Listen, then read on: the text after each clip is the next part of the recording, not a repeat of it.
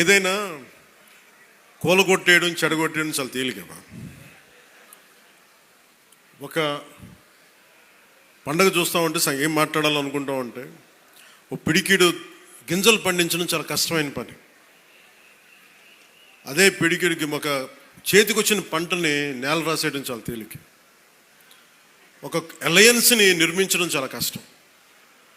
అందరినీ ఏకతాటిపైన తీసుకురావడం చాలా కష్టం. కేంద్ర నాయకత్వం దగ్గర నుంచి రాష్ట్ర నాయకత్వం ఎంత కష్టపడి పట్టుకెళ్తుంటే దాన్ని చెడగొట్టడం చాలా తేలిక, చాలా తేలిక.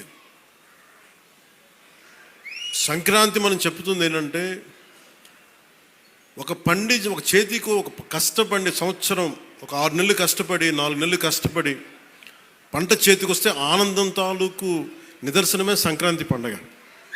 మనకి ధాన్యం వచ్చింది, ధాన్యం అమ్మగా డబ్బులు వచ్చినాయి. ఈ రోజున మన హరిదాసులు కానీ ఇంతమంది జానపద కళాకారులకు కానీ మనం ఎందుకు ఇస్తాము ఇవన్నీ అంటే మా దగ్గర అబండెన్స్ ఉంది. మాకు ఒక 10 బస్తాలు పంట ఉంటే మేము 2 బస్తాలు పంచుతామని చెప్పడానికి. అది సంక్రాంతి తాలూకు నిదర్శనం.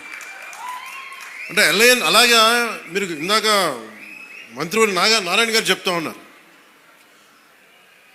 ఇంకా ప్రపంచంలో ఏ నియోజకవర్గం ఇంకెక్కడా రాదు అండ్ ఏది జరుగు. ఇక్కడ కొబ్బరాకు పడ్డా కానీ పిఠాపురంలో చాలా దారుణం జరిగిపోయింది. ఒక తాటాకు అక్కడ ఉన్న తాటాకు ఊడిపడిపోతే అమ్మా చాలా దారుణం జరిగింది. మరి గత ప్రభుత్వ నాయకులను అడగండి, వాళ్ళ నియోజకవర్గం అసలు న్యూస్ ఉంటుందా?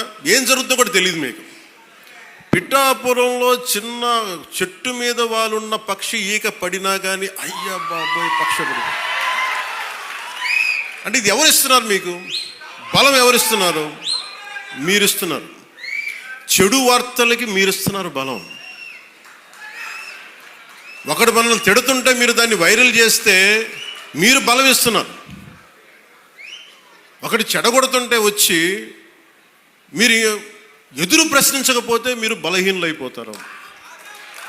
మీరు నాకు ఓట్లేస్తే సరిపోదు అని ఎందుకు చెప్తున్నాను? 5 సంవత్సరాల పిఠాపురంలో గత ప్రభుత్వంలో ఒక్కసారి మీరు ప్రతి ఒక్కరు మేధావులు చాలామంది ఉన్నారు, పత్రికేయులు ఉన్నారు, చాలామంది విభిన్నమైన పార్టీల నాయకులు ఉన్నారు. ఈ గత 5 సంవత్సరాల కాలంలో ఎన్ని కోట్లు ఖర్చు పెట్టారో ఒకసారి అడగమని చెప్పాను.